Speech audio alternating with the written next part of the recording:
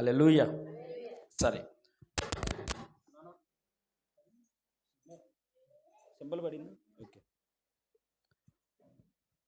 మనము సహజంగా ఎక్కువగా కోరుకునేది ఏంటంటే మనకి ఎన్ని బట్టలైనా ఉండనివ్వండి, మనం కోరుకునేది క్రొత్త బట్టలు కోరుకుంటాం. అవునా కాదా? బీరువా నిండా చీరలు ఉన్నప్పటికీ కూడా కొత్త చీర అనేసరికి ఆ బీరువాలో అన్నీ పక్కన పెట్టేసి ముందు దీన్ని ప్రేమిస్తాం. అవునా కాదా? సహజంగా చెప్పండి మన ఆలోచనలు కదా. క్రొత్తది కోరుకుంటాం మనం. ఇప్పుడు బండి ఉంది, క్రొత్త బండిని కోరుకుంటారు. తినే వస్తువులు, తినే పదార్థాలు ఉన్నాయి, ఎప్పుడు తినేది ఏంది అంటాం. ఈరోజు కొత్తగా ఏమన్నా తిందాం, మండి బిర్యానీ అని, ఇంకా వీటిని ఏమంటారు, బొంగు బిర్యానీలని, కొండ బిర్యానీలని, ఇట్లా కొత్త కొత్త పేర్లు పెట్టుకొని వస్తూ ఉన్నాయి. ఏది కొత్తగా అనిపిస్తే దాన్ని చేయడానికి మనం ఇష్టపడుతూ ఉంటాం. హల్లెలూయా. పిల్లల్ని చూడండి అమ్మ ఒకసారి. అయితే సహజంగా మన ఆలోచనలు క్రొత్తదనాన్ని కోరుకుంటూ ఉంటాయి. కానీ వినండి జాగ్రత్తగా, కానీ క్రొత్తదనాన్ని కోరుకునేటప్పుడు మనము చేయవలసినవి ఏంటి అనేది మనం ఆలోచించాలి. మనము చేయవలసింది ఏంటి? మీకు కొన్ని విషయాలు, ఒక 2-3 విషయాలేమో మనం చేయవలసిన విషయాలు, దేవుడు చేసేది కూడా చెప్పేసి నా వాక్యాన్ని నేను ముగించేస్తాను. ఓకేనా? హల్లెలూయా, హల్లెలూయా. మొట్టమొదటిగా మనము చేయవలసింది ఏంటి అంటే ఆదికాండము 19వ అధ్యాయము 14వ వచనం. ఆదికాండము 19వ అధ్యాయము 14వ వచనం.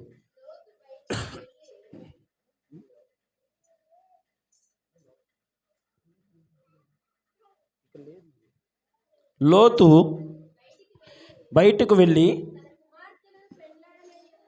తన కుమార్తెలను పెళ్ళాడనై ఉన్న తన అల్లుళ్ళతో మాట్లాడి, లెండి, ఈ చోటు విడిచిపెట్టి రండి, యెహోవా ఈ పట్టణమును నాశనము చేయబోతున్నాడని చెప్పాను.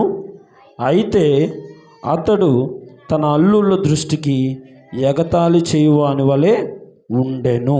చాలు. తన అల్లుళ్ళ దృష్టికి లోతు ఎలా కనిపించాడు? ఎగతాళి వాని వలె కనిపించాడు. ఏమన్నాడు అంటే, తన కూతురులను పెళ్లి చేసుకోవాల్సిన అల్లుడి దగ్గరికి వెళ్ళిపోయి, అయ్యా లెండి, యెహోవా ఈ పట్టణమును నాశనం చేయబోతూ ఉన్నాడు, కాబట్టి మనము ఈ పట్టణాన్ని విడిచిపెట్టి వెళదాము రండి అని అంటే, ఎగతాళికరంగా చూశారు అతన్ని. 15వ వచనంలో చూసినట్లయితే, తెల్లవారినప్పుడు ఆ దూతలు లోతును త్వరపెట్టి, లెమ్ము, ఈ ఊరి దోష శిక్షలో నశించిపోకుండా నీ భార్యను, ఇక్కడనున్న నీ 2 కుమార్తెలను తీసుకుని రమ్మని చెప్పాను. దేవునికి ఇష్టము లేనివి మనము విడిచిపెట్టాలి. మొట్టమొదటిగా ఈ సంవత్సరంలో దేవుడు మాట్లాడుతున్న మాట ఏంటంటే, దేవునికి ఇష్టము లేనివన్నీ కూడా విడిచిపెట్టేయాలి. దేవునికి ఇష్టము లేనివి ఏంటి? మీరు ఆలోచించండి. ముందుకు సర్దుకొని కొంచెం. దేవునికి ఇష్టం లేనివి ఏంటి చెప్పండి మీరే. ఒక్కొక్కరు చెప్పండి. దేవునికి ఇష్టం లేనిది ఏంటి? దేవునికి ఇష్టం లేనివి ఏంటి? రాము చెప్పు. దేవునికి ఇష్టం లేనివి ఏంటి?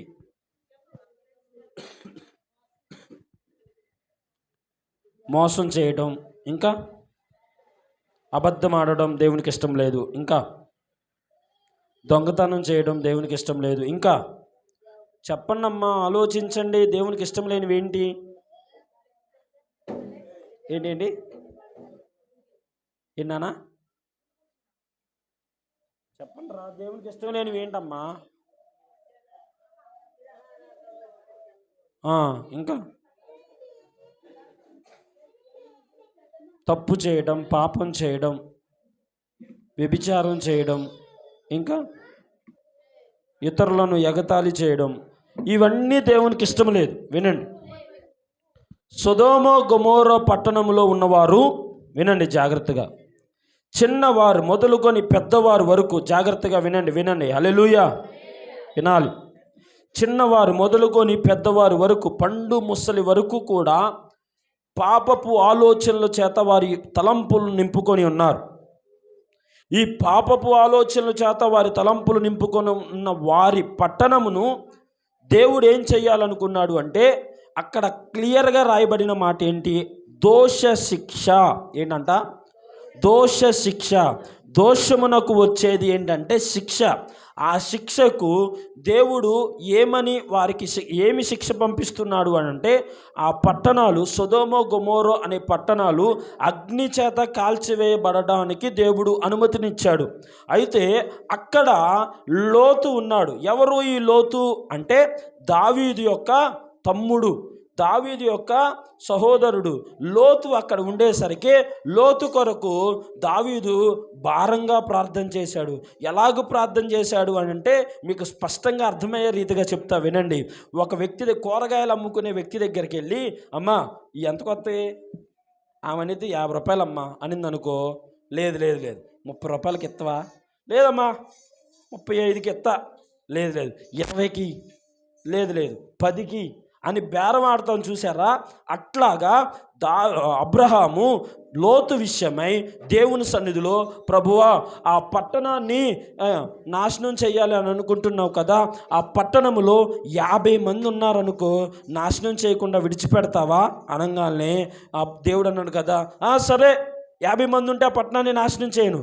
మళ్ళీ అబ్రాహాముకు ఆలోచన వచ్చి, ప్రభువా 50 మంది ఉండరేమో, పోనీ 40 మంది ఉన్నా విడిచిపెడతావా అనగానే మరలా దేవుడు అన్నాడు కదా, సరే 40 మంది ఉన్నా విడిచిపెడతాను వెళ్ళు.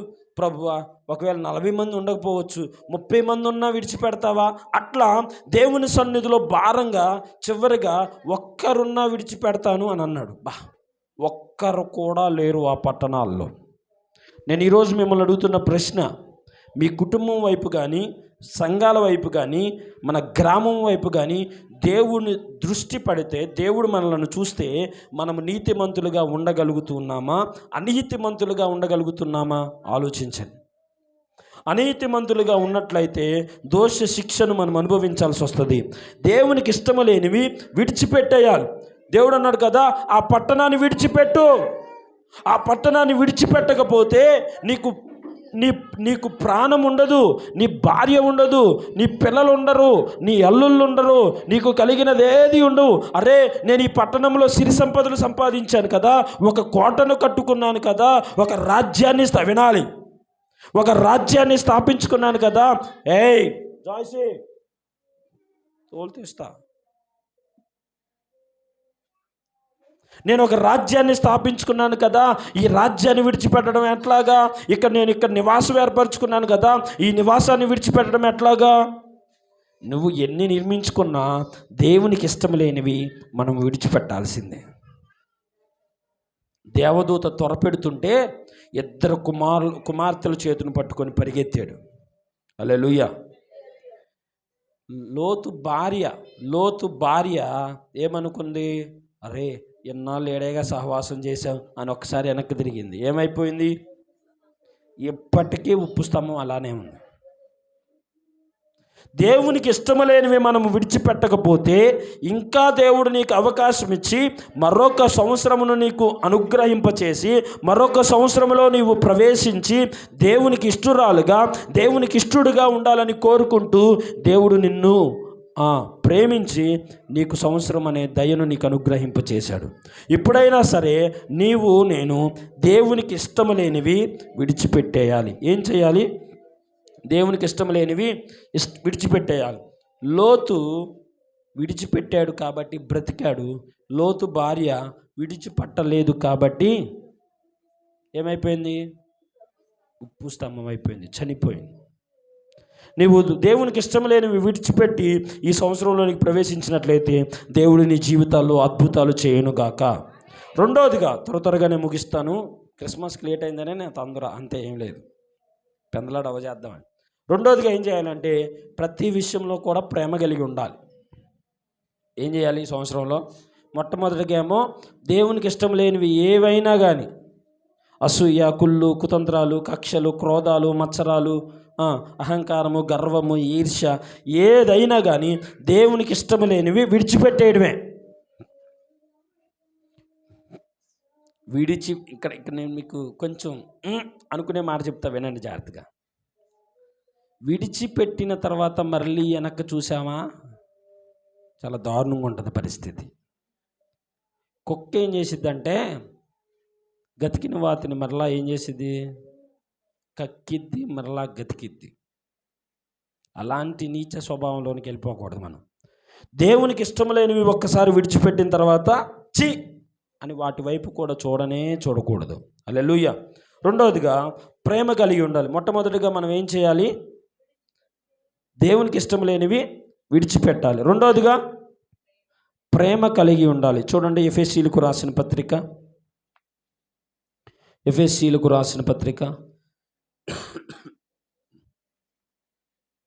3వ అధ్యాయము 18వ వచనం 19వ వచనం. వీరు అంతరంగ పురుషుని యందు శక్తి కలిగి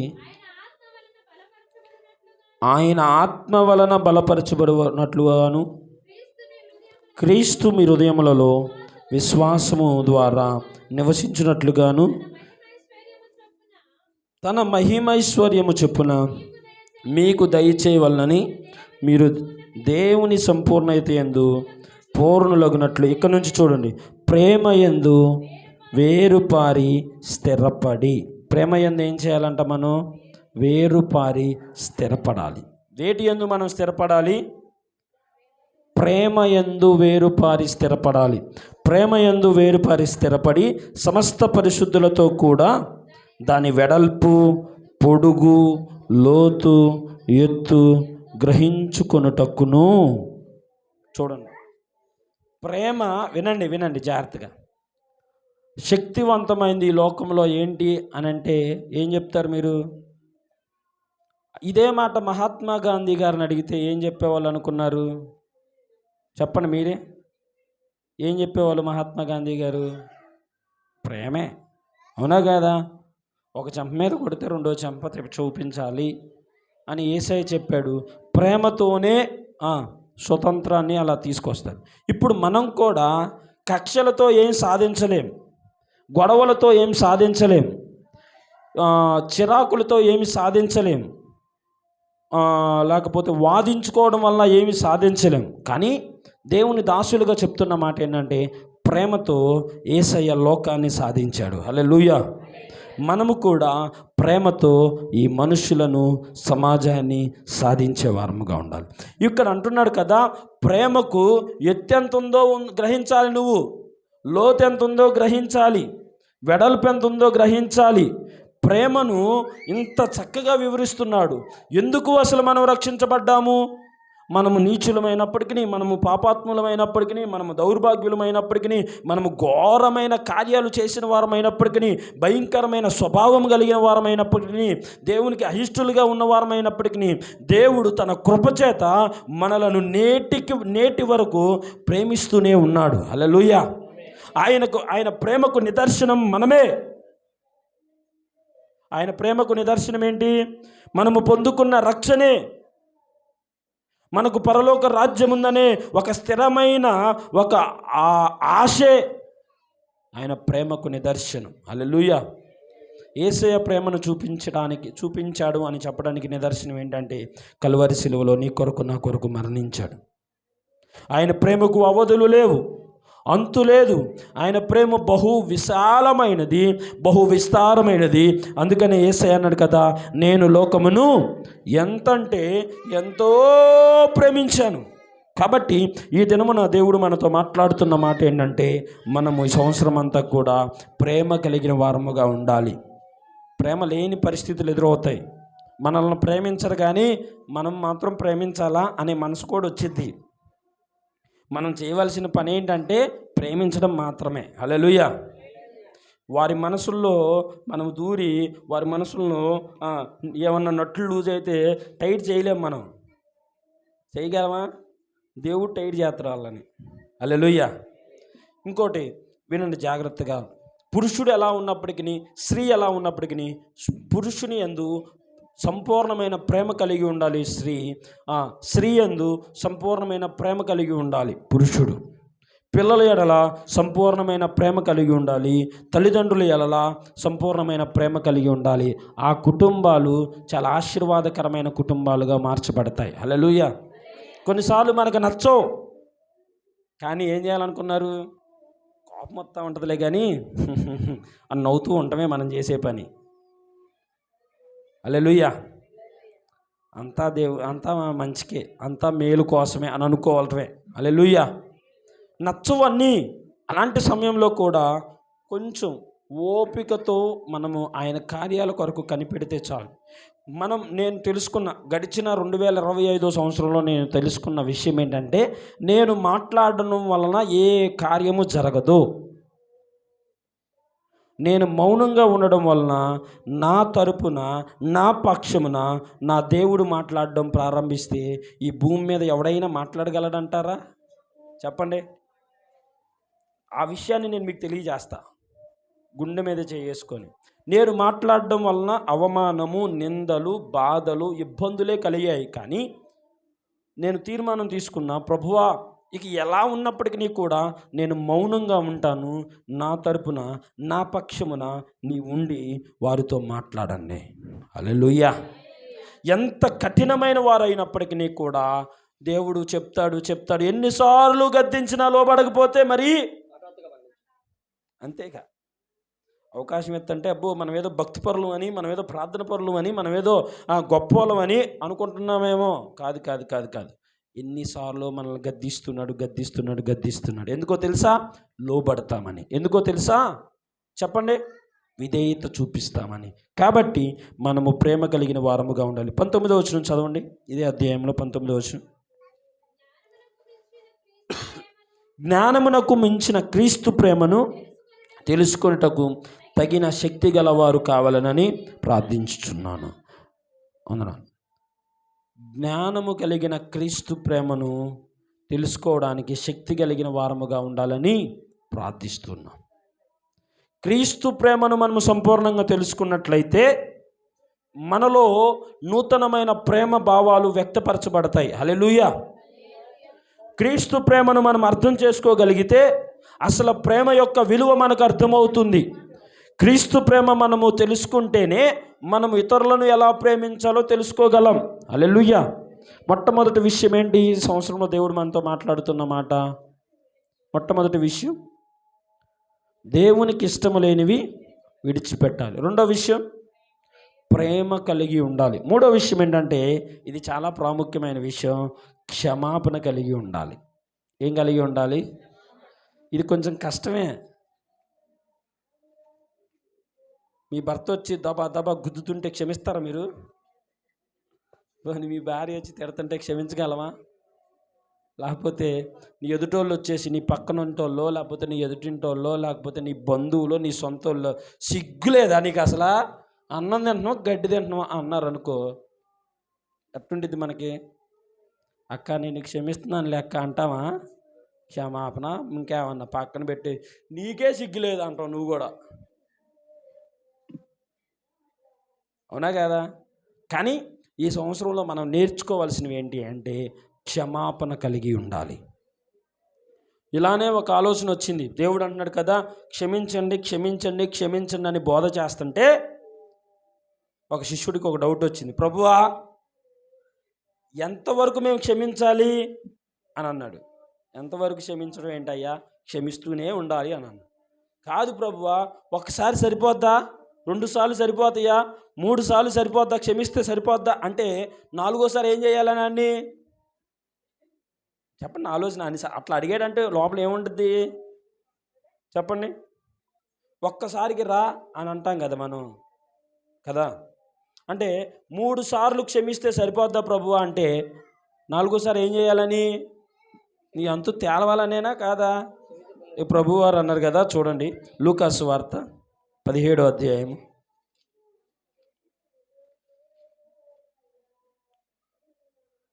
3వ వచనం.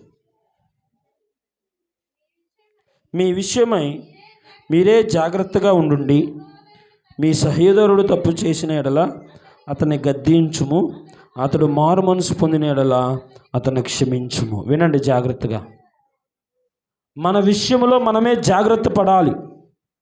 సహోదరుడు, సహోదరి, నీ కుటుంబ సభ్యులు, నీ సంఘ సభ్యులు, వినండి, క్షమించుకోవటం ఎప్పుడైతే మనం నేర్చుకుంటామో బంధాలు బలపరచబడడం ప్రారంభమవుతాయి. హల్లెలూయా.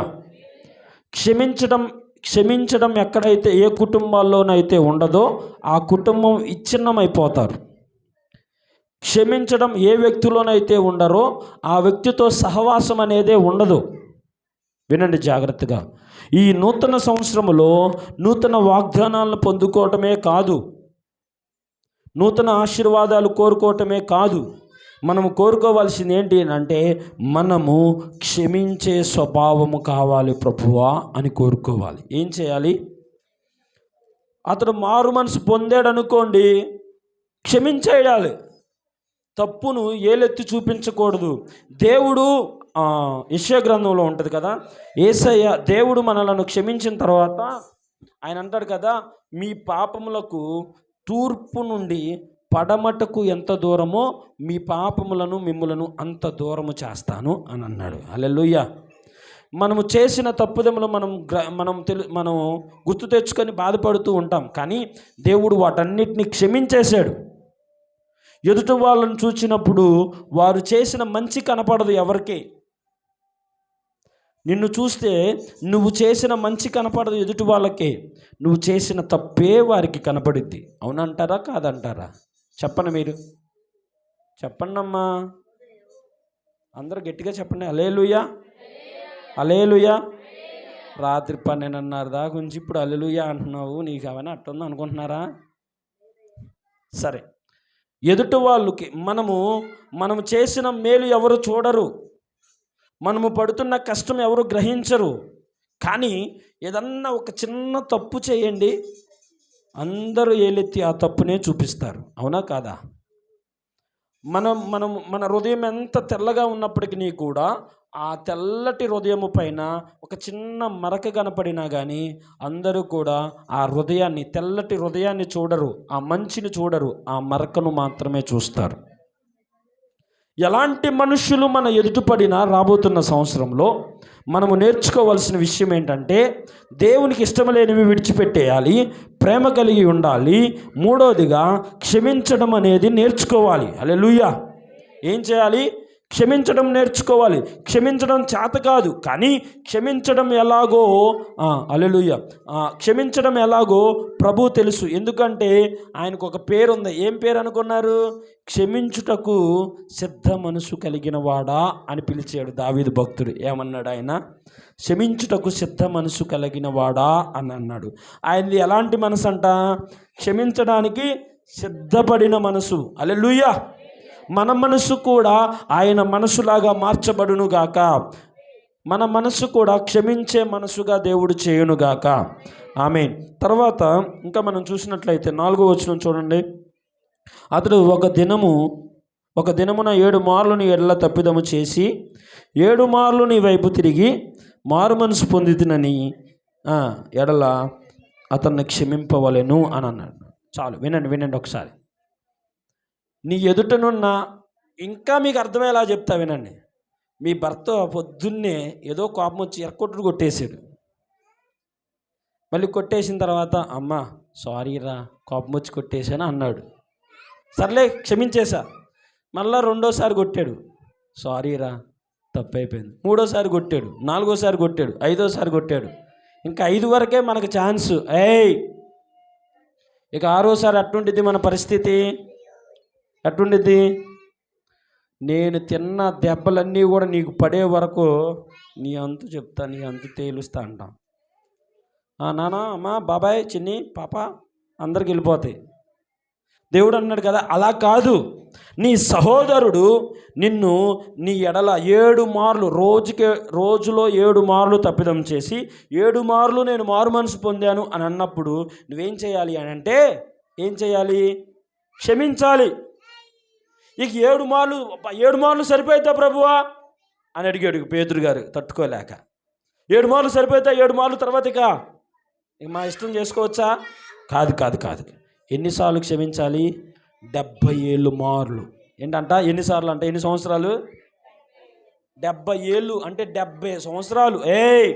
పిల్లలు కొంచెం అక్కడ కూడా ఆ నాన్న 70 సంవత్సరాలు. నీకు 70 సంవత్సరాలు వచ్చే వరకు కూడా ఏం చేయాలంట? క్షమిస్తూనే ఉండాలి. 70 సంవత్సరాల తర్వాత నువ్వేం చేయలేవు, మనం ఏం చేయలేం. మనకే ఒకరు పెడితే తింటాం, అవునా కదా? అందుకే మనము ఆ 70 సంవత్సరాలు అలవాటు చేసుకున్నది ఇంకా బ్రతికినంతకాలం మనము క్షమించడం అలవాటు చేసుకుంటాం. కాబట్టి క్షమాపణ గుణం కలిగి ఉండాలి. ఏ గుణం కలిగి ఉండాలి? క్షమాపణ గుణం కలిగి ఉండాలి. ఇంకా మనము బాధ్యత కలిగి ఉండాలి. తర్వాత వినాలి జాగ్రత్తగా. ఏం కలిగి ఉండాలి? బాధ్యత కలిగి ఉండాలి. వినండి వినండి అమ్మా, వినాలి. ఏ విషయాల్లో బాధ్యత? కుటుంబపు బాధ్యతను కలిగి ఉండాలి. పురుషుడైన వాడు భార్య బాధ్యతను తీసుకోవాలి, కుటుంబపు బాధ్యతను తీసుకోవాలి. స్త్రీగా ఉన్నవాళ్ళు ఇంటి బాధ్యతను తీసుకోవాలి. 1 గంట వరకు బట్టలు ఉతుక్కొని ఉంటే ఏమంటారు? ఒకరోజు అయితే ఏమోలే ఏదో పని ఉండి ఉతుక్కోలేదాము. రోజు 1 గంట తర్వాత బట్టలు ఉతుక్కుతుంటే ఏమంటారు చెప్పండి? సిటీల్లో అనర్లే కానీ మన పల్లెటూరులో నిర్మోహమాటం. ఏంటేమో ఎంత బద్ధకంగా ఉండిద్ది అంటారా అనరా? ఎప్పుడు వాళ్ళ ఇంటికి వెళ్ళినా ఇల్లు చండాలంగా ఉందనుకో ఏమంటారు చెప్పండి? ఏంటి ఇల్లు ఎప్పుడు ఎట్టుండిద్ది గజిబిజిగా, అవునా కదా?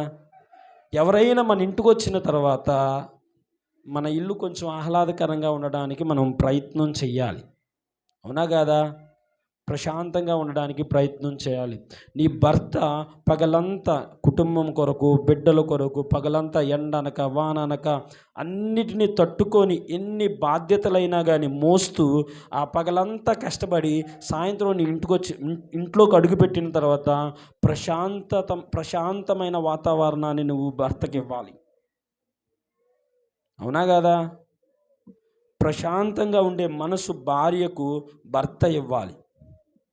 అందుకనే దేవుడు అంటున్నాడు కదా, బాధ్యత కలిగి ఉండండి. బాధ్యత లేని వారిగా ఉండకూడదు. బాధ్యత లేని వారిగా ఉంటే ఆ బాధ్యతలో నుండి తీసివేసి ఇంకొకరిని నిలబెడతాడు ఆయన. నువ్వు బాధ్యతగా ఉంటావేమోనని నిన్ను నిలబెట్టాడు. నిన్ను భార్యగా, నిన్ను భర్తగా, కుటుంబపు యజమానుడిగా, కుమారుడిగా దేవుడు ఉంచాడు. నువ్వు ఆ బాధ్యతలో నిర్వర్తించడం నీకు చేతకానప్పుడు దేవుడు ఏం చేస్తాడు? ఇంకా చాలు అబ్బాయి, ఎన్ని సంవత్సరాలు వచ్చినా కానీ ఒక చెట్టు పెద్దదైపోతుంది కానీ ఫలాలు లేకపోతే యజమానుడికి ఎలా ఉంటుంది చెప్పండి? ఈ చెట్టు నరికేసి ఇంకో చెట్టు వేసిన పండేది, ఈ చెట్టు అసలు పండట్లా, అవునా కాదా? దేవుడు నీ వైపు చూసినప్పుడు ఫలించే అనుభవాల్లోనికి నువ్వు రావాలి అంటే దేవుడు నీకు ఇచ్చిన పనిని, బాధ్యతను చక్కగా క్రమముగా నిర్వర్తించాలి. హల్లెలూయా, హల్లెలూయా. బాధాకరమైన విషయం ఏంటంటే అమ్మా, మీరు వాక్యం కొంతమంది శ్రద్ధతో వినలేదు. దయచేసి శ్రద్ధగా వినండి. ఈ మాటలు ఒక మానవుని మాట, చిన్నవాడి మాటగా భావించొద్దు, దేవుని మాటగా భావించి తీసుకోండి. హల్లెలూయా. అయితే తల్లి ఇంటి బాధ్యతలు చూసుకోవాలి, తండ్రి ఇంటి బాధ్యతలు తీసుకోవాలి. వినండి, పిల్లలు తల్లిదండ్రుల బాధ్యతను తీసుకోవాలి, తల్లిదండ్రులు పిల్లల బాధ్యతను తీసుకోవాలి. హల్లెలూయా. సంఘములో కొన్ని బాధ్యతలు మనం మోయాలి, తీసుకోవాలి. ఈ బాధ్యత నాది, ఈ పని నాది, ఈ వస్తువు నాది అని, ఈ కార్యక్రమము నాది, ఈ పరిచర్య నాది అని మనము సంఘములో కొన్ని బాధ్యతలు తీసుకున్నట్లయితే ఆ బాధ్యతలను, ఆ నిర్ణయాలను, ఆ తీర్మానాలను మనము చక్కగా నిర్వర్తిస్తే దేవుడు వాటి ద్వారా మనకు ఆశీర్వాదము కలగజేస్తాడు. హల్లెలూయా. మీకు 3 విషయాలు చెప్పాను, 4 విషయాలు చెప్పాను. ఏమేంటి చెప్పండి? 1, దేవునికి ఇష్టము లేనివి విడిచిపెట్టాలి ఈ నూతన సంవత్సరంలో. 2, ప్రేమ కలిగి ఉండాలి. 3, క్షమాపణ కలిగి ఉండాలి. ఈ సంవత్సరంలో అంతా 4 బాధ్యత కలిగి ఉండాలి. చివరిగా 5వది ఏంటి అని అంటే అందరితో సమాధానంగా ఉండాలి. అర్థమైందా?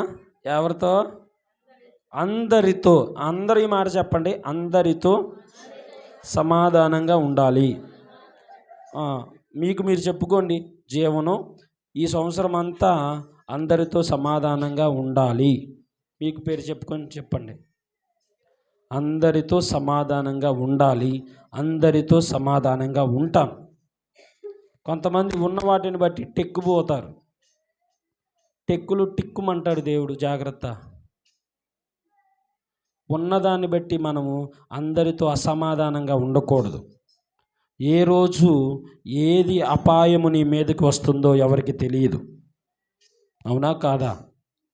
నీది అనుకుంటున్నది ఏ రోజు నీది కాదో నీకు తెలియదు. ఆ రోజున ఆపత్కాలములో నీకంటూ నీ సహోదరులు, నీ బంధుమిత్రులు తోడుగా నీ కొరకు నిలబడాలి. అసమాధానంగా ఉంటే అపాయం వచ్చినప్పుడు ఎవరు నిలబడతారు? నువ్వు సంపాదించే డబ్బు నీ యొద్ద నిలబడదు. నువ్వు పొందుకున్న పేరు నీ దగ్గర నిలబడదు. వినండి జాగ్రత్తగా. నీవు అనుభవిస్తున్న సుఖము నీ యొద్ద నిలబడవు. నువ్వు చేస్తున్న ఎచ్చు లేకపోతే టెక్కు నీ దగ్గర నిలబడవు. వినండి జాగ్రత్తగా. మనం చేయవలసిన బాధ్యత ఏంటంటే, పని ఏంటంటే అందరితో సమాధానంగా ఉండాలి. అవునా కాదా? ఉన్నన్నాళ్ళు మంచి పేరు తెచ్చుకొని ఉండాలి. అరే, ఈ పాపతో మాట్లాడితే భలే అనిపిస్తుంది, ఈ బాబుతో మాట్లాడితే భలే అనిపిస్తుంది, అక్కతో మాట్లాడితే భలే అనిపిస్తుంది, ఈ అమ్మతో మాట్లాడితే భలే అనిపిస్తుంది, హృదయం కొంచెం సమాధానంగా ఉన్నట్లుగా అనిపిస్తుంది కదా అనిపించుకోవాలి మనం. అబ్బో, ఏం నోట్లో నోరేయకూడదయ్యా. మాటకి మాట అమ్మో ఎన్ని మాటలు మాట్లాడతారో, మాయ మాటలు అని అనిపించుకోకూడదు. వినండి, సమాధానముగా ఉండాలి. సమాధానముగా ఉండడానికి ప్రయత్నం చేయాలి. చూడండి, ఎబ్రీయులకు రాసిన పత్రిక 12వ అధ్యాయము, ఎబ్రీయులకు రాసిన పత్రిక 12వ అధ్యాయము 14వ వచనం. అందరితో సమాధానమును పరిశుద్ధతయు కలిగి ఉండుటకు ప్రయత్నించుడి. పరిశుద్ధత లేకుండా ఎవడునూ ప్రభువుని చూడడు. చాలు.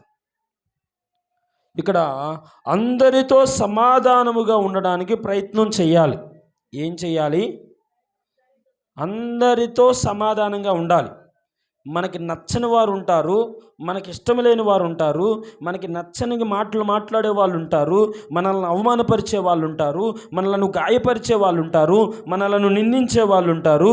కానీ మనం ఏం చేయాలి అని అంటే, దేవుని ఎదుట మనము నిలబడినప్పుడు దేవుని ఎదుట ప్రభువా నాలో ఏ దోషము లేదు అని అనిపించుకునే వారిగా ఉండాలి. అందరితో సమాధానంగా ఉండండి. సమాధానమునకు కర్త అయిన ప్రభు మనకు తోడై ఉంటాడు ఖచ్చితంగా. ఇంకా పరిశుద్ధత కలిగి ఉండడం కూడా ప్రయత్నించాలి. ఎందుకు ఈ మాట చెప్తూ ఉన్నాడు అంటే, సమాధానం లేకుండా, పరిశుద్ధత లేకుండా ఎవ్వరూ కూడా ప్రభువుని చూడరు.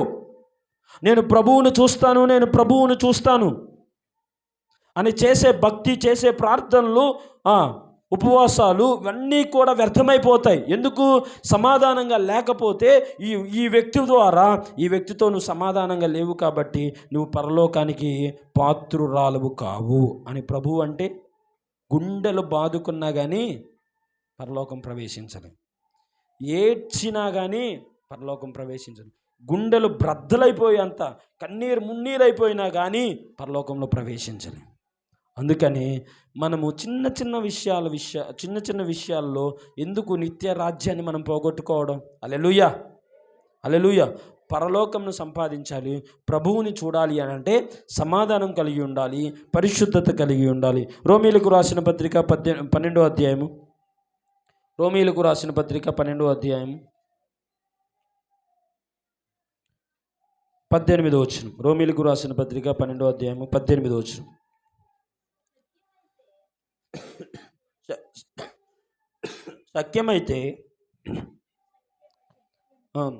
సఖ్యమైతే మీ చేతనైనంత మట్టుకు సమస్త మనుషులతో సమాధానంగా ఉండండి. ఏమంటున్నాడు? సఖ్యమైతే మీ చేతనైనంత మట్టుకు అందరితో సమాధానంగా ఉండండి అని అంటున్నాడు. ఎవరితో సమాధానంగా ఉండాలి? మనలను ప్రేమించే వారితోనేనా? మన బంధువులతోనేనా? కాదు. మన రక్త సంబంధులతోనేనా? కాదు. అందరితో సమాధానము కలిగి ఉండాలి. తర్వాత వచ్చిన చూడమ్మా. ప్రియులారా, మీకు మీరే పగ తీర్చుకొనక దేవుని ఉగ్రతకు చోటీడి. ఇది చాలా ప్రాముఖ్యమైనది. మనకు హాని చేసిన వారు, మనలను గాయపరిచిన వారు, మనలను బాధ పెట్టిన వారు, మనకు అన్యాయం చేసిన వారితో కూడా సమాధానంగా ఉండాలయా అంటే ఉండాలి. ఎందుకు ఉండాలి అని చెప్తున్నాను అని అంటే ఇదే మాటను బట్టి. ఏ మాట? అయితే ప్రియులారా, మీకు మీరే పగ తీర్చుకోవద్దు. ఏమంటున్నాడు ప్రభు? మీకు మీరే పగ తీర్చుకోవద్దు. పగ తీర్చుకోకుండా దేవుని ఉగ్రతకు చోటు ఇవ్వండి. దేవుడు అంటున్నాడు కదా, పగ తీర్చుకోవడం నా పని. ఉందా అక్కడ? చూడండి ఒకసారి. పగ తీర్చుట నా పని అని అంటున్నాడు. కానీ మన పని ఏంటి ఇక్కడ? దేవుని పని ఏదో చెప్పేశాడు డైరెక్ట్గా. మన పని ఏంటి? అందరూ మన పని ఏంటమ్మా? అర్థమైందా? మీకు అర్థమవుతుందా? అర్థమవుతుందా అన్న వాళ్ళు ఒకసారి బిగ్గరగా హల్లెలూయా చెప్పండి. హల్లెలూయా. ఇంకా బిగ్గరగా హల్లెలూయా, హల్లెలూయా, హల్లెలూయా. మన పని ఏంటి? దేవుని పని ఏంటంటే పగ తీర్చుకోవడం నా పని అని అన్నాడు దేవుడు. మరి మన పని ఏంటి? అందరూ బిగ్గరగా చెప్పాలి. బిగ్గరగా, ఇంకా బిగ్గరగా. సమాధానముగా ఉండడం మన పని. మరి పగ తీర్చుకునేది ఎట్లా అయ్యా? వాళ్ళు బాగా అభివృద్ధిలోకి వెళ్ళిపోతున్నారుగా, మమ్మల్ని ఇంకా నేల మట్టుకు త్రొక్కేస్తున్నారు కదా, పర్వాలా. ఆయన సమయానికి చోటు ఇవ్వండి. ఆయన అన్నాడు కదా, పగ తీర్చుకోవడం అనేది నీ పని కాదు. నీకు అపాయం చేసినవాడు, నిన్ను మోసం చేసినవాడు, నిన్ను బాధ పెట్టినవాడు ప్రమాదంలో ఉంటే ఆ ప్రమాదాన్ని నుంచి నువ్వు విడిపించగలిగిన వాడు అయితే, విడిపించడానికి అవకాశం ఉంటే ఖచ్చితంగా వారిని ఆ ప్రమాదం నుండి విడిపించు. మన పని ఏంటంటే సమాధానముగా ఉండడమే. మన పని ఏంటి? సమాధానముగా ఉండడమే. కానీ దేవుని పని ఏమిటి? దేవుడు ఏమన్నాడు? పగ తీర్చుకోవడం నా పని అన్నాడు. తర్వాత మాట చదవండి. నేనే ప్రతిఫలమునిత్తును అని ప్రభువు చెప్పుచున్నాడని వ్రాయబడి ఉన్నది. కాబట్టి నీ శత్రువు ఆకలి కొని ఉంటే అతనికి భోజనము పెట్టుము, దప్పికొని ఉంటే దాహమేము. అలాగు చేయుట అతని తల మీద నిప్పులు కుప్పగా పోయుదువు. వినండి, నీ శత్రువు ఆకలి కొని ఉంటే ఆహారము పెట్టాలి, దప్పికొని ఉంటే దాహాన్ని ఇవ్వాలి. వినండి జాగ్రత్తగా, దాహాన్ని తీర్చాలి. అట్లా నువ్వు చేసినట్లయితే దేవుడు అన్నాడు కదా, అతని తల మీద నిప్పులు కుప్పగా పోయివాని వలె అయిపోతావు నువ్వు. దేవుడు అన్నాడు కదా, శత్రువు ఎదుట నాకు భోజనము సిద్ధపరిచి ఉన్నావు, ఘనపరిచి ఉన్నావు అని అంటున్నాడు. మనం చేయవలసిన పనులు ఇక్కడితో నేను ముగించేస్తున్నా. మనం చేయాల్సిన పనులు ఒకసారి మీరు చెప్పేయండి. దేవుడు చేసేది ఒక్క పని చెప్పేసి నేను ముగించేస్తాను. మనం చేయాల్సిన పనులు, మొట్టమొదటిది దేవునికి ఇష్టం లేనివి విడిచిపెట్టేయాలి. రెండోది ప్రేమ కలిగి ఉండాలి. మూడోది క్షమాపణ కలిగి ఉండాలి. నాలుగోది బాధ్యత కలిగి ఉండాలి. ఐదోది సమాధానముగా ఉండాలి. హల్లెలూయా. దేవుడు వీటన్నిటిల్లో మనలను స్థిరపరచునుగాక. అయితే దేవుడు చేసేది ఏంటి అని అంటే, దేవుడు మనకు చేసేది ఏబు గ్రంథం 36వ అధ్యాయం. ఇప్పుడు మనం చేసేవి చెప్పాము. ఇప్పుడు దేవుడు చేసేవి ఒక్క మాట చెప్పేసి నేను ముగించేస్తాను. ఏబు గ్రంథం 36వ అధ్యాయము 11వ వచనం.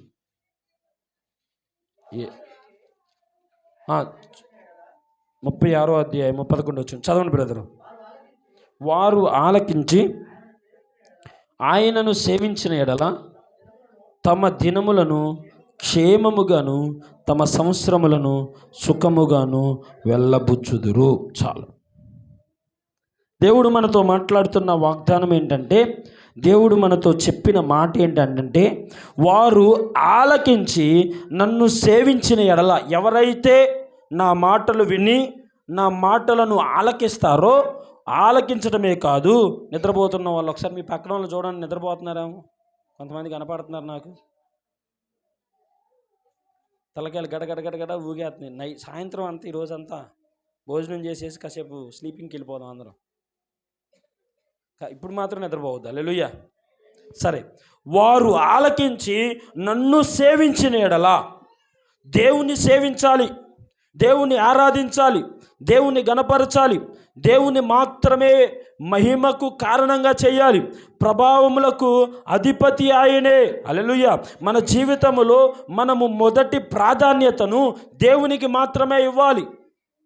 దేవుని ప్రక్కన పెట్టేసి మన సొంత ఆలోచనలు, మన సొంత తలంపులు, మన సొంత ఊహలు, వాటి ప్రకారంగా మనం జీవించకూడదు.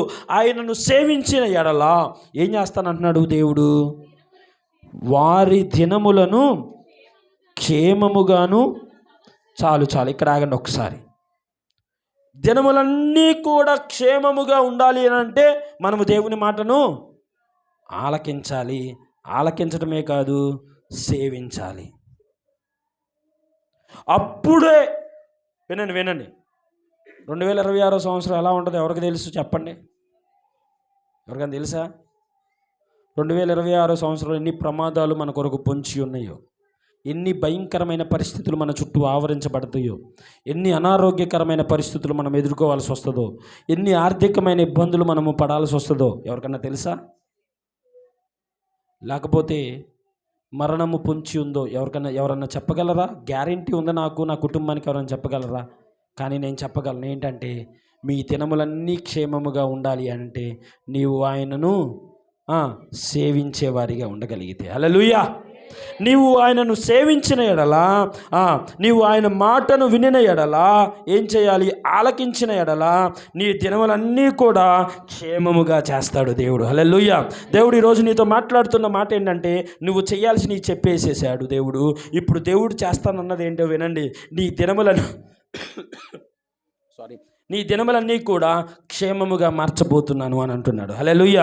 నీ దినములో ఇక అపాయం రాదు, నీ దినములో కీడు రాదు, నీ దినములో ఇంకా చీకటి సంబంధమైన శక్తులు ఏలుబడి చేయవు.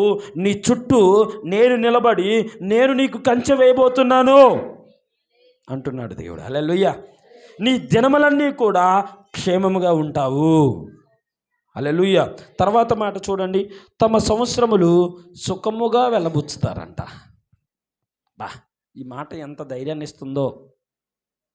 దినములు క్షేమముగాను, సంవత్సరములన్నీ కూడా సుఖముగా వెళ్ళబుచ్చడం. సుఖముగా అంటే ఏంటి? ఇంగ్లీష్లో చెప్పండి ఒకసారి, సుఖాన్ని ఏమంటారు ఇంగ్లీష్లో? యారా బుడ్డి, సుఖాన్ని ఏమంటారు ఇంగ్లీష్లో? కంఫర్టా? కాదు, ఇంకా అది ఒకటి అనొచ్చా? ఇంకా ఫ్రీగా? కాదు, ఇంకా ఏదో అంటారు సంథింగ్. వినండి జాగ్రత్తగా, వినండి. అయిపోయింది. దేవుడు ఎప్పుడు మానవుడు సుఖాన్ని కోరుకుంటాడు? ఏంటయ్యా ఈ ప్రశ్న, మేము రోజు కోరుకుంటాం అంటారా? ఎప్పుడు సుఖాన్ని కోరుకుంటాం మనం ఎప్పుడు కోరుకోవడం ఏంటి? చక్కగా ఒక ముద్ద తింటాం, కోరుకుంటాం, పని చేస్తాం, కోరుకుంటాం, ప్రయాణాలు చేస్తాం సుఖానికి. ఎక్కువగా మనము సుఖాన్ని ఎప్పుడు కోరుకుంటాము అంటే, నేను చెప్తాను వినండి జాగ్రత్తగా. బాగా అలసిపోతాను చూసారా, అప్పుడు మన ప్రాణం ఏం కోరుకునేది? కాసేపు అట్లా పడుకుంటే బాగుండు అనిపిస్తుందా, అనిపించదా? మన శరీరం అంతా నలకొట్టబడిపోయి మనమంతా కూడా అలసిపోయిన తర్వాత మన ప్రాణం ఎలా అనిపిస్తుంది? మనకి కొంచెం రెస్ట్ ఉంటే బాగుండు, అవునా కాదా? చెప్పండి. హల్లెలూయా. కొంచెం రెస్ట్ తీసుకుంటే బాగుండు, కొంచెం సుఖపడితే బాగుండు, అన్నీ కష్టాలేనా అని అనుకుంటాం కదా. దేవుడు అంటున్నాడు కదా, దేవుడిచ్చే వాగ్దానం అంతా కూడా నీ దినములు క్షేమముగా ఉండునుగాక అంటున్నాడు. హల్లెలూయా. నీ సంవత్సరములు సుఖముగా వెళ్ళబుచ్చుదువుగాక అంటున్నాడు ఆయన. హల్లెలూయా. ఇక కీడు నీ దరికి చేరదు, అపాయము నీ దరికి చేరదు. నష్టములు కలిగిన, కీడు కలిగిన, ఇబ్బందులు కలిగిన నీకు తోడుగా ఎవరుంటారనుకున్నావు? సామాన్యమైన వారు కాదు. ఎందుకంటే నువ్వు సామాన్యమైన వాని ఆలోచనలు కాదు మాటలు ఆలకించేది. నువ్వు సామాన్యమైన వాణిని కాదు సేవించేది, అసామాన్యమైన వ్యక్తిని. హల్లెలూయా. అసామాన్యమైన, అసాధారణమైన దేవుడను మనం ఆరాధిస్తున్నాం. ఆయన ఎలాంటి వాడు అంటే రోగిని స్వస్థపరచగలిగిన వాడు, మరణించిన వాడిని బ్రతికించగలిగిన వాడు, ఇంకా దయ్యములను వెళ్ళగొట్టగలిగిన వాడు, నీటిపైన నడవగలిగిన వాడు, ఇంకా 5 రొట్టెలు 2 చేపలు 10,000 మందికి పంచిపెట్టగలిగిన వాడు, ఇంకా ఏం చేయగలిగిన వాడు? ఆయన మోడు బారిపోయిన జీవితాలను చిగురింప చేయగలిగిన వాడు. ఆయన మారాను మధురముగా మార్చగలిగిన వాడు. ఆయన హల్లెలూయా. సముద్రములో మార్గమును సిద్ధపరచగలిగిన వాడు ఆయన. అలాంటి దేవుని మనం సేవించేది. కాబట్టి మన దినములు నెమ్మదిగాను, తర్వాత మన సంవత్సరములు సుఖముగా వెళ్ళబుచ్చుతావు అని అంటున్నాడు దేవుడు. హల్లెలూయా. తర్వాత చూడండి, ద్వితీయోపదేశకాండము 11వ అధ్యాయము 12వ వచనం. ద్వితీయోపదేశకాండము, నేను ముగింపులో ఉన్నాను, చాలా జాగ్రత్తగా వినండి. 11వ అధ్యాయము 12వ వచనం. అది ఆకాశ వర్షము త్రాగును, అది నీ దేవుడైన యెహోవా లక్ష్యపెట్టు దేశము, నీ దేవుడైన యెహోవా కనులు సంవత్సరాది మొదలుకొని సంవత్సరాంతము వరకు ఎల్లప్పుడూ దాని మీద ఉండును. హల్లెలూయా. నీ దేవుడైన యెహోవా కన్నులు సంవత్సరాది మొదలుకొని సంవత్సరాంతము వరకు, ఎల్లప్పుడూ, ఒకప్పుడు కాదు. హల్లెలూయా. అప్పుడప్పుడు కాదు. మనమే అప్పుడప్పుడు దేవుని సన్నిధికి వస్తాం, కానీ దేవుడు ఎల్లప్పుడూ, హల్లెలూయా, ఎల్లప్పుడూ సంవత్సరాది మొదలుకొని, ఇప్పుడేగా మొదలు సంవత్సరం ఆది అంటే ఆద్యనం ఇదేనా మొదటి రోజు? ఈ సంవత్సరాది మొదలుకొని సంవత్సరాంతము వరకు ఆయన కనుదృష్టి ఎల్లప్పుడూ మన మీద ఉంటుంది. ఎప్పుడో తెలుసా? నీవు ఆయనను లక్ష్య పెట్టినప్పుడు. వినండి జాగ్రత్తగా. ఒక దీవెని కావాలి అంటే ఖచ్చితంగా ఒక కండిషన్ ఉంటుంది. తెలుసా మీకు ఆ విషయం?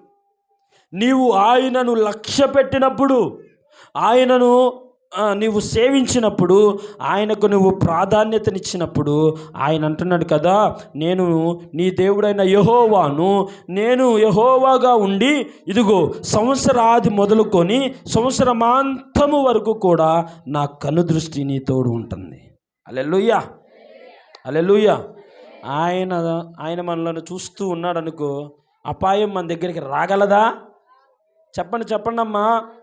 ఆయన మనలను చూస్తూ ఉంటే, ఆయన మనలను కంటికి రెప్పలాగా కాపాడుతూ ఉంటే, ఇక ఏ క్రిములైనా, ఏ జంతువులైనా మన శరీరంలోనికి రాగలవా? ఏ రోగమైనా రాగలరా? ఏ మూర్ఖులైనా రాగలరా? ఏ చీకటి సంబంధమైన శక్తులైనా రాగలవా? ఎందుకు అంటే ఆయన మనలను కంటికి రెప్పలాగా కాపాడుతూ ఉన్నాడు. హల్లెలూయా, హల్లెలూయా. అందుకనే దేవుడైన యెహోవా అంటున్నాడు కదా, సంవత్సరాది మొదలుకొని సంవత్సరాంతము వరకు నా కనుదృష్టి నీ మీద ఉంచుతాను. దేవుడు ఎంత గొప్పోడో కదా. నువ్వు చేయాల్సినవన్నీ కూడా నీకు చెప్పేసి దేవుడు చేసేది కూడా మనతో మాట్లాడుతున్నాడు ఈరోజు. హల్లెలూయా. చివరిగా యెషయా గ్రంథం 13వ అధ్యాయము 15వ వచనం చదువుకుందాం. చివరిగా ముగిస్తున్నాను. యెషయా గ్రంథం 43వ అధ్యాయము 15వ వచనం చదవండి అమ్మా. యెహోవానగు నేనే మీకు పరిశుద్ధ దేవుడను, ఇశ్రాయేలు సృష్టికర్తనగు నేనే మీకు రాజును. హల్లెలూయా అంటున్నాడు కదా. ఇక ఏ దేవుడు లేడు, నేనే దేవుడను. మళ్ళీ ఏమంటున్నాడు అనుకున్నారు? నేనే రాజును. I am the king. నా రాజ్యములో మీరు నివాసం చేసేవారు. మీరు నా రాజ్య నివాసులు కాదు, నా కుమారులు, నా కుమార్తెలు అని అంటున్నాడు ఆయన. ఒక రాజుకి ఆయన మనలను దత్తపుత్రులుగా, దత్తపుత్రురాలుగా చేసుకున్నాడు. హల్లెలూయా. ఇక మీరు దాసులు అనబడరు, శిష్యులు అనబడరు. మీరు ఇప్పటి నుంచి మీరు ఏమనబడతారు అంటే కుమారులు, కుమార్తెలు. రాజు కొడుకు కూతురు ఏమవుతారు? చిన్నయువరాజు, చిన్నయువరాణి. అంతేనా కాదా? యువరాజు, యువరాణి. అంతేనా కదా? నువ్వు సామాన్యమైన వ్యక్తివి కాదు, తెలుసా? మనం సామాన్యమైన వారం కాదు. నేను రాజుని అని అన్న దేవుడు మనల్ని కుమారులుగా స్వీకరించాడు, మనలను కుమార్తెలుగా స్వీకరించాడు. హల్లెలూయా అంటున్నాడు కదా. చూడండి, నేను రాజును. ఈ రాజు ఎలాంటి వాడంట? సృష్టికర్త, సృష్టిని శాసించగలిగిన వాడు, సృష్టిని మాటతో చేసిన వాడు. ఇదిగో వినండి. దేవుడు మాట మార్చగలడంటారా? దేవుడు మాట తప్పిపోతాడా? దేవుడు మారతాడా? మీకు ఒక ప్రశ్న, నా వైపు చూడండి అందరూ. సూర్యుడు తన స్థానాన్ని ఎప్పుడైనా మార్చుకున్నాడా? చంద్రుడు తన స్థానాన్ని ఎప్పుడైనా మార్చుకున్నాడా? ఎప్పుడైనా ఆలోచించారా మీరు? అలాంటి వాటినే చేసి నిర్మించి వాటిని పరిపాలన చేస్తున్న రాజుగా ఉన్న మన దేవుడు, సృష్టికర్త అయిన దేవుడు మనకు మాట ఇచ్చాడంటే ఆయన మాటను మార్చుకుంటాడా అసలు? ఎంత గొప్ప ధైర్యమో తెలుసా? మనం బతికేది డబ్బుల ద్వారా కాదు, కేవలం ఆయన మనకిస్తున్న మాటను బట్టే మనం బ్రతుకుతూ ఉన్నాం. అవునా కాదా? ఆయన మాట ఇచ్చి మాట తప్పేవాడు కాదు, మాట నిలబెట్టుకునేవాడు. హల్లెలూయా. ఆ మాట ప్రకారం చేసేవాడు ఆయన నమ్మదగినవాడు. ఆయన ఎలాంటి వాడు? నమ్మదగినవాడు. అయితే పరిశుద్ధుడను అని అంటున్నాడు కదా. సముద్రములో త్రోవ కలగజేయు వాడను. హల్లెలూయా. ఏంటంట? సముద్రములో అయిపోయింది. ఈ వచనంతో ముగించి ఇంకో వచనం చూపిను. అయిపోయింది ఆ మాట. సముద్రంలో త్రోవ ఏంటి? సముద్రాన్ని గురించి ఆలోచించండి ఒకసారి. సముద్రానికి స్థిరత్వం అనేది ఉండిద్దా? బర్రమని బయటకు వస్తాయి, లోపలి అన్నీ బయటకు వచ్చేస్తాయి. మళ్ళీ అలలు వచ్చిన తర్వాత బయటి అన్నీ లోపలికి తీసుకెళ్తాయి. అవునా కాదా? అస్థిరం సముద్రం అనేది. ఎప్పుడు ఎలా ఉంటాయో తెలియదు. సముద్రం ఎప్పుడు ఎలా ఉంటుందో తెలుసా? తెలియదు. అలలు చెలరేగుతూ ఉంటాయి. సముద్రములో మార్గమును దేవుడు అన్నాడు కదా, నేను ఏర్పరుస్తున్నాను. హల్లెలూయా. అందుకే మన పెద్దలు ఏమన్నారంటే, అరే జీవితం అనేది సముద్రం లాంటిది అబ్బాయి అన్నాడు. ఏమన్నారు పెద్దలు? జీవితం అనేది సముద్రం లాంటిది అబ్బాయి. మన సముద్రములో శోధనలు అనే అలలు చెలరేగిపోవచ్చు, భయము అనే అలలు చెలరేగిపోవచ్చు. మన జీవితము కూడా అతలాకుతలముగా కొట్టుకుంటూ ఉండొచ్చు. మన జీవితం కూడా కొన్నిసార్లు స్థిరత్వం లేనిగా అటు ఇటు ఊగుతూ ఉండొచ్చు. పర్వాలా అంటున్నాడు కదా, నీ జీవితం అనే సముద్రంలో నేను ఒక మార్గాన్ని ఏర్పరుస్తున్నాను అని అంటున్నాడు ఈ సంవత్సరంలో. హల్లెలూయా. స్థిరులుగా, కదలని వారిగా, నమ్మకమైన వారిగా, పరిశుద్ధులుగా సృష్టికర్త అయిన వాడు సెలవిస్తున్న మాట ఏంటంటే, నేను సముద్రములో మార్గమును ఏర్పరుస్తున్నాను అని అంటున్నాడు. హల్లెలూయా. వడిగల జలములలో మార్గమును కలగజేయవాడను. రథము, ఈ మాట చాలా జాగ్రత్తగా వినండి. వినండి. రథమును, గుర్రమును, సేనను, శూరులను నడిపించువాడనగు యెహోవా. ఎవరెవరినంట? రథములను, గుర్రములను, సేనను, ఇంకా శూరులను. వినండి జాగ్రత్తగా. రథము, గుర్రము, సేన, శూరులు. మళ్ళీ చెప్తున్నా, రథము, గుర్రము, సేన, శూరులు నడిపించువాడనగు యెహోవా. హల్లెలూయా. వాటన్నిటిని నడిపించేది ఎవరో?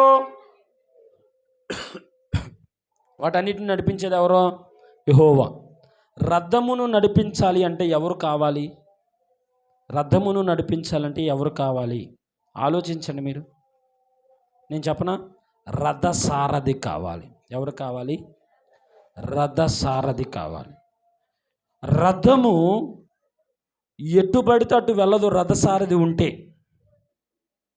రథము స్పీడ్గా పరిగెత్తింది. స్పీడ్గా పరిగెత్తుతూ ఉన్నప్పుడు ముందున్న అపాయమును తప్పించాలి అంటే ఆ రథముకు మార్గం చూపించేది ఎవరనుకున్నారు? ఆ రథమును చక్కగా నడిపించేది ఎవరనుకున్నారు? రథసారథి. ఇప్పుడు నీ జీవితం అనే రథములో కూడా ఆయన్ను ఒక సారథిగా పెట్టుకున్నట్లయితే ఆయన మన జీవితం అనే రథమును చక్కగా నడిపించగలిగిన రథసారథిగా ఉన్నవాడు. హల్లెలూయా. మన జీవితాన్ని ఆయనకి సమర్పించుకోవాలి. ప్రభువా, కొన్ని కోరికలు అమాంతంగా నా మీదకి వచ్చేస్తున్నాయ్యా, కొన్ని ఆశలు అమాంతంగా నా మీదకి వచ్చేస్తున్నాయ్యా, కొన్ని పరిస్థితులు వేగముగా వెళ్ళిపోతున్నట్లు ఉన్నాం. అపాయం ఎక్కడుందో, అపాయం ఎక్కడ పొంచి ఉందో మాకు తెలియదయ్యా. నువ్వు రథసారథిగా ఉండి నన్ను నడిపించవా అని అంటే ఆయన నడిపించలేడా? అంటున్నాడు కదా, నేను రథసారథిగా ఉండి నిన్ను నడిపించబోతూ ఉన్నాను అని అంటున్నాడు. ఎందుకని? ఆయన రథములను, గుర్రములను, సేనను, ఇంకా శూరులను నడిపించేవాడును నేనే. ఈరోజు ఆయన సెలవిస్తున్న మాట ఏంటంటే, నీ రథమును, నీ జీవితం అనే రథమును కూడా, నీ కుటుంబం అనే రథమును, సంఘం అనే రథమును నడిపించగలిగినది రథసారథిగా ఉన్న మన యేసయ్య మాత్రమే. హల్లెలూయా. యెహోవా ఇలాగ సెలవిస్తున్నాడు, వారందరూ ఏకముగా పండుకొని లేవకుందురు, వారు లయమైపోయి మునుపటి వాటిని జ్ఞాపకం చేసుకోకండి, పూర్వకాలపు సంగతులను తలంచుకోండి, మునుపు జరిగినవి జ్ఞాపకం చేసుకోవద్దు అని 19వ వచనంతో ముగించుతున్నాను నేను. ఇదిగో నేను ఒక నూతన క్రియను చేయబోతున్నాను. ఏమంటున్నాడు ఆయన? నూతన క్రియ. ఏంటి నూతన క్రియ? పరిశుద్ధులుగా చేయడమే నూతన క్రియ, పవిత్రులుగా చేయడమే నూతన క్రియ, మన జీవితాన్ని క్రీస్తు కొరకు సాక్షులుగా నిలబెట్టడమే నూతన క్రియ. డబ్బులు రావడం నూతన క్రియ కాదు, సంపద పెరగడం నూతన క్రియ కాదు. ఏంటో నూతన క్రియ చెప్పమంటారా? నీ మనస్సు మారడం నూతన క్రియ, నువ్వు సమాధానముగా ఉండడం నూతన క్రియ, నువ్వు సంతోషంగా ఉండడం నూతన క్రియ. ఆస్తిపాస్తులు కలిగిన వారు చాలామంది అసమాధానంతో కొట్టుమిట్టాడుతూ ఉన్నారు. నిద్ర పట్టక స్లీపింగ్ టాబ్లెట్ వేసుకుంటేనే వారికి నిద్ర పట్టిద్ది. అబ్బా, మనకేమన్నా స్లీపింగ్ టాబ్లెట్ ఉంటుందా? నన్ను అంటారు కదా కొంతమంది, అసలు ఈ చిటుకులో నిద్రపోతారండి మీరు. ఎట్ట నిద్ర పట్టిద్దో నాకు అర్థం కాదు. చిటుకులో నిద్రపోతానంట. మరి నాకు పడుకుంటే చాలక మనకి చిటుకులో నిద్రపోతా. ఆ నిద్ర మాకు ఇస్తే బాగుండు దేవుడు అంటారు నన్ను అనేవాళ్ళు. అంటే మనము చక్కగా పండుకొని లేస్తున్నామంటే కేవలం దేవుని కృప మాత్రమే. హల్లెలూయా. ఆయన అంటున్నాడు కదా, నూతన క్రియ అంటే ఏంటనుకున్నారు? నిన్ను పరిశుద్ధపరచడమే. నూతన క్రియ అంటే ఏంటో తెలుసా? నిన్ను పరలోక రాజ్యానికి వారసులుగా చేయడమే. నూతన క్రియ అంటే నీ కుటుంబంలో సమాధానమునివ్వడమే. నూతన క్రియ అంటే క్రీస్తు కొరకు నిన్ను సాక్షులుగా నిలబెట్టడమే. ఇది నూతన క్రియ. చాలామంది అపోహపడుతూ ఉంటారు. నూతన క్రియ అంటే డబ్బులు రావడం, ఉద్యోగాలు రావడం, పెళ్ళిళ్ళు అవ్వడం, ఇంకా సంపద పెరిగిపోవడం, ఆస్తిపాస్తులు, అవన్నీ ఏదో ఒక రోజున విడిచిపెడతావు. కానీ నిత్య రాజ్యానికి చేరవలసిన మనము పరలోకాన్ని విడిచిపెట్టేవారిగా మనం ఉండకూడదు. ఇదిగో నేను ఒక నూతన క్రియను చేయుచున్నాను, ఇప్పుడే అది మొలుచును, మీరు దానిని ఆలోచింపరా అంటున్నాడు కదా. అరణ్యములో త్రోవను కలగజేస్తాను. అరణ్యములో త్రోవ అనేది ఉండదు. అరణ్యవాసం ఎలా ఉంటుంది అనుకున్నారు? చాలా వేదనతో ఉంటుంది, చాలా రోదనకరముగా ఉంటుంది. అరణ్యంలో ఆయన ఏమంటున్నాడు? త్రోవను కలగజేస్తాను. ఎడారిలో అయిపోయింది, ఎడారిలో నదులే పారతాయి అంట. హల్లెలూయా. అరణ్యము వంటి జీవితాలు అయినప్పటికీ కూడా నీ జీవితానికి ఒక నిర్దిశ కలిగిన వాడు ఆయన మాత్రమే. నీ జీవితంలో ఒక మార్గమును సిద్ధపరచబోతూ ఉన్నాడు ఈ సంవత్సరం అంతటిలో దేవుడు. నమ్మిన వారు ఒకసారి బిగ్గరగా హల్లెలూయా చెప్తారా? ఎడారి వంటిగా ఉండిపోవచ్చు. ఎండిపోయిన బ్రతుకులు, ఎండిపోయిన ఆశలు, ఎండిపోయినటువంటి పరిస్థితులు నీ జీవితంలో నువ్వు అనుభవిస్తూ ఉండొచ్చు. కానీ అంటున్నాడు కదా, ఎండిపోలా నీ ఆశలు, ఏషియా మొద్దు నుండి వేరు చిగురించును. హల్లెలూయా. మోడు బారిపోయిన జీవితాల్లో ఏమన్నాడు ఆయన? చిగురించి అనుభవాల్లోనికి నేను తీసుకురాబోతున్నాను ఈ సంవత్సరం. గడిచిన సంవత్సరం అంతా నువ్వు ఎడారి వంటి పరిస్థితులు అనుభవించావా? అగమ్య గోచరము వంటి పరిస్థితులు అనుభవించావా? దిక్కుతోచని పరిస్థితులు అనుభవించావా? పర్వాలేదు, నీ గమ్యము నేను అవుతాను. నీ ఎడారి వంటి జీవితాన్ని నదులు నీళ్లు ఉబికే విధంగా నేను చేయబోతున్నాను అంటున్నాడు. హల్లెలూయా. అది నూతన క్రియ అంటే. ఆ నూతన క్రియను మనం అనుభవించే వారిగా ఉండాలని కోరుకుంటూ ఈ నా మాటలు ముగిస్తున్నాను. దేవుడి వాక్యం ద్వారా మనల్ని బలపరచును గాక. ఆమేన్. ఆమేన్ అంటాం కంటే అమ్మాయి అనుకునే వాళ్ళు చాలామంది ఉన్నట్టున్నారు. సరే, ప్రార్థన చేసుకుందాం. ప్రార్థన చేసుకుందాం. ప్రార్థన చేసుకుందాం. ఇప్పటి వరకు దేవుడు నీతో మాట్లాడాడు కదా.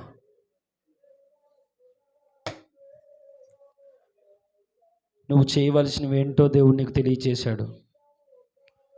నువ్వు చేయవలసినవి ఏంటో దేవుడు నీకు తెలియచేశాడు.